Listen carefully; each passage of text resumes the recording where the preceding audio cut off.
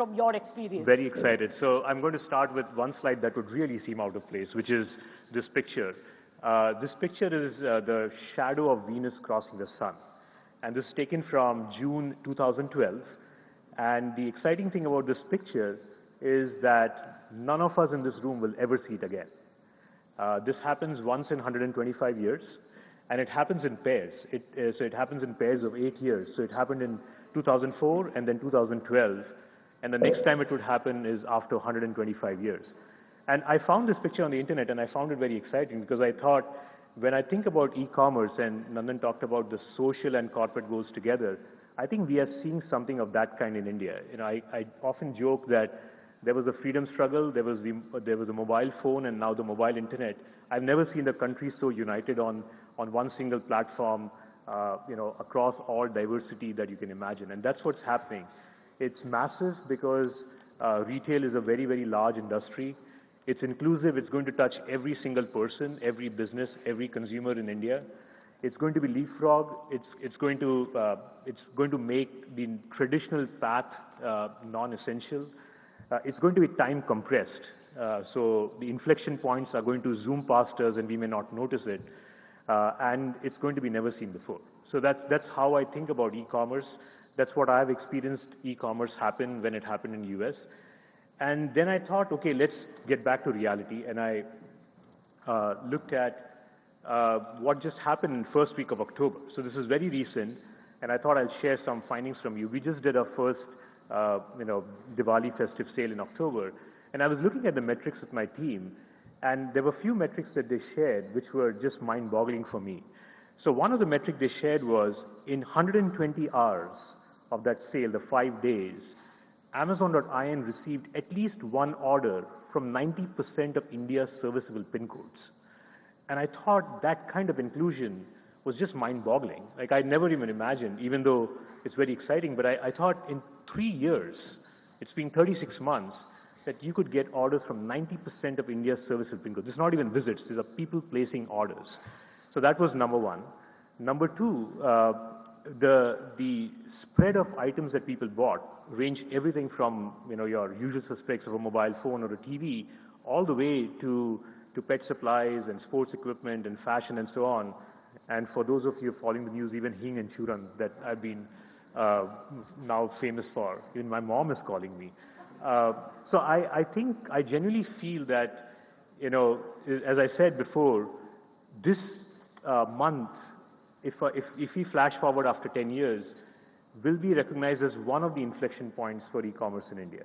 Because what I just talked to you about, the mental model, if you go back 3 months ago, a popular mental model would have been, it's a discount-led phenomena, mostly limited to mobile phones or consumer electronics, a prerogative of some of the more well-to-do people in metros, and people will never pay for convenience.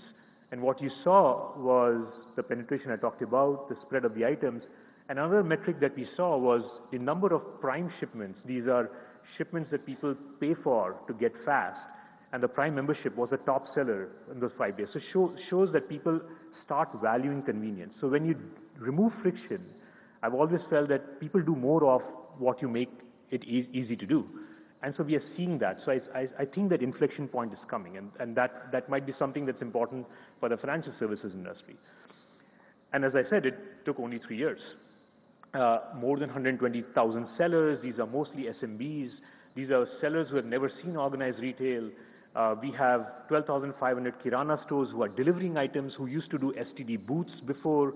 So strange entrepreneurs getting into the ecosystem, doing things that they've never done before in a self-service manner. Sellers can come on Amazon, sign up, start selling. In fact, we had the Chai Cart, Amazon Tatkal, where you can start selling in 60 minutes. You have a program called I Have Space that any corner store can sign up to be an Amazon delivery network. So a lot of these things are happening, and I thought maybe there is some parallel to learn from for the financial services industry. So I asked my question, what drove this? You know, at Amazon, at least we ask ourselves, the answer to this question should be 2 or 3, not more than that, controllable inputs that you can control essentially. And those are invariant over time and invariant over space. That's kind of the answer we always look for. So what do I mean by that is things that, would never change. If I ask you 20 years later, the answer would be the same. If you change the location, the answer would be the same. And those would be things that you can control. And the answer to that, to the question, I think what drove this in 3 years is this is an actual napkin drawing by Jeff Bezos. It's his drawing, which was done about 20 years ago. And he created this, what we call as the Amazon flywheel. And it basically says, start with the customer experience. So remove friction, make things easy. We're talking about paperless today. Start with the customer experience. When you do that, you get traffic. Traffic is nothing but adoption. When you get adoption, you get sellers. In e-commerce case, it would be different financial services. When you get sellers, you get more selection. When you get more selection, you get better customer experience. And when this starts spinning, as Nandan said, it takes a little bit of time. It requires patience and innovation. You get lower cost structure for the whole ecosystem that drives lower prices, and you get better customer experience. So this has worked well for us for 20 plus years, and it was worked for us in the last 3 years at India. And I think the controllable inputs that we believe is simply add more selection, make things competitively priced, and make things faster. That's it. So, my team only focuses on 3 metrics, and our business is very simple. We don't worry about what things are different. We ask ourselves what is same. And so you can invest your energy on things that are same for many, many decades, rather than change your strategy every year on things that are different. So I thought, can I have some parallel for the topic that we're talking about? And I drew my own little napkin drawing. It would never go in the records as anything important, but I said, maybe if we focus on customer experience, frictionless payments. I picked frictionless payments because that's very dear to e-commerce, but it would be paperless in case of the broader context. As an example of convenience, you would get a lot of usage because people hate friction. How many of you like friction? If you ask yourself 20 years later and I said, can I give you less selection at higher prices and deliver slowly, you would laugh at me. So you know that those things matter. So similarly, that would drive usage. When you drive usage, there would be merchants that would adopt it. It would drive more use cases, and that would further improve customer experience. And if this spun fast enough, you will have lower cost of payments. There's enough inefficiency in the system that could be driven out, which will create value, whether it's rewards or points or whatever that is, and it will drive better customer experience.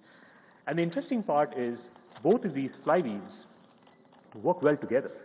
I feel that what we have managed to do, Amazon has managed to do in 3 years, and overall e-commerce maybe might be a good springboard for us to partner and figure out how we can help this overall objective, because both are centered around customer experience. And when you look at the sellers and you look at the merchants, the inclusion is, cannot be neglected. When you look at the consumers involved, cannot be neglected, and both work very tightly with each other. So I'll leave you with that thought. I think there's a lot of synergy to drive it. You need the network effect to happen. Some ideas that come to my mind are, remove friction. For example, just the act of payments requires OTP, requires two-factor authentication. How do you remove friction so that people use it more? Inclusion, as I said, connecting these different networks. And data and insights is a big asset that could be combined to remove friction and create more value.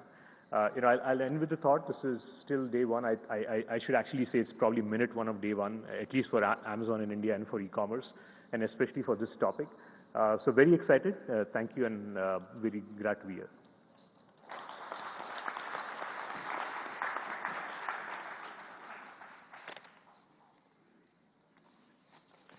Well, let me start with the question answer session.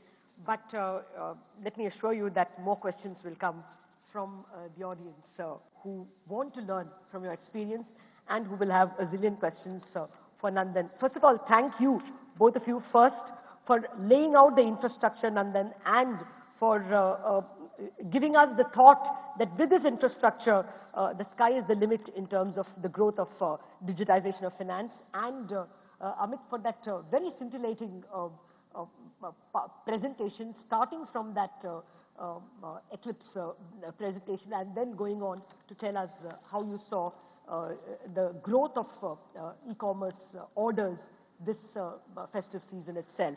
So thank you very much, and let me start with my first question. Well, Nandan, how soon do you see this escalating into a lot of sale of financial products in the banking space itself? For instance, for small value ticket loans, We don't have any financial profiling yet. And therefore, at what point do you see that escalating exponentially?